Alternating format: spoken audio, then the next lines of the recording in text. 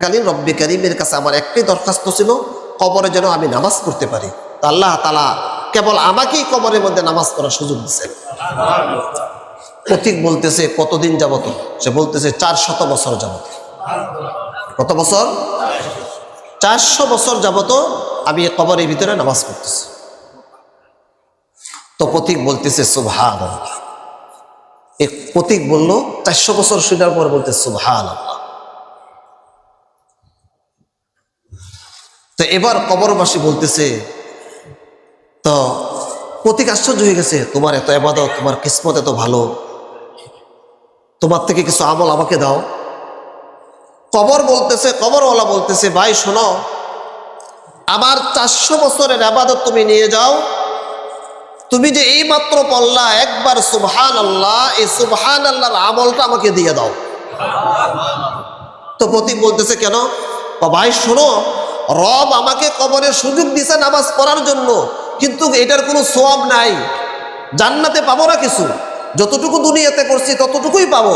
আর তুমি যে এইমাত্র সুবহানাল্লাহ বললা, এই একবার সুবহানাল্লাহ বলার দ্বারা জান্নাতে তোমার কত কিছু হয়ে গেছে তুমি জানো?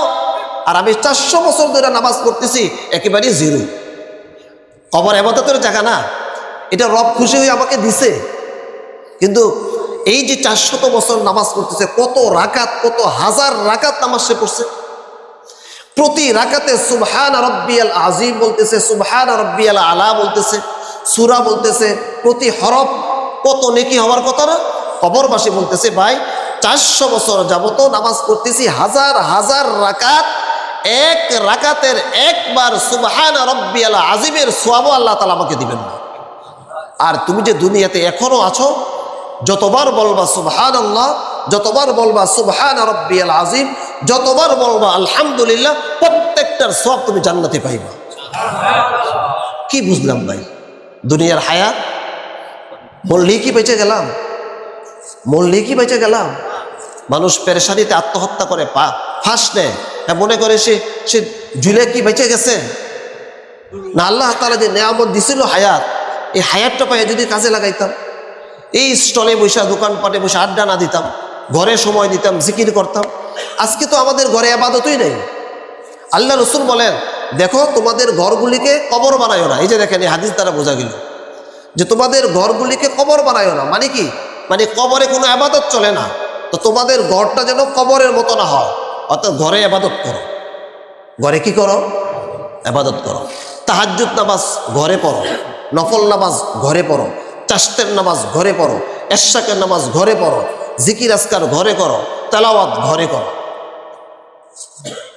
আর আমরা নফল, চাষ, তাহাজ্জুদ, ফরজের পাশাপাশি সব মসজিদ দিয়ে ঘরে যাইয়া বেহায়াপনা, উলঙ্গপনা, বাবা মেয়ে, মা ছেলে, ভাই বোন সব বেহায়াপনা। অথচ আল্লাহ রাসূল বলেন, ঘরটাকে ইবাদত খানা বানাও, নামাজ দিয়া, জিকির দিয়া, তেলাওয়াত দিয়া। আছে আমাদের ঘরে ইবাদত? আসেনি ঘরে ইবাদত? কোরআনে কারীমও তো অনেকের ঘরে নাই, থাকলেও এক সাইডে পইরা রয়েছে, ময়লা পইরা রয়েছে, খুলিও না ধরিও না।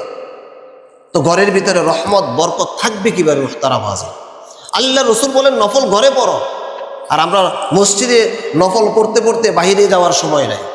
এই নফল যদি ঘরে পড়তাম, এই নফল নামাজ যদি ঘরে পড়তাম, তাহলে আমাদের সন্তানরা নামাজ দেখতো, শিখতো, ঠিক কিনা?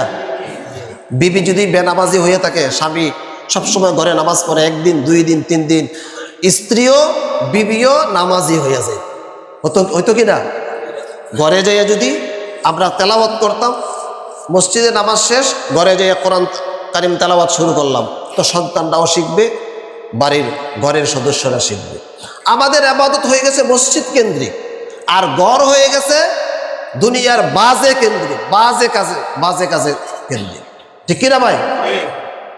মসজিদে এত ইবাদত দরকার নাই, ঘরে করেন ইবাদত। নিজের লাভ হবে, সন্তানের লাভ হবে, ঘরের লাভ হবে, নিজের বিবির লাভ হবে।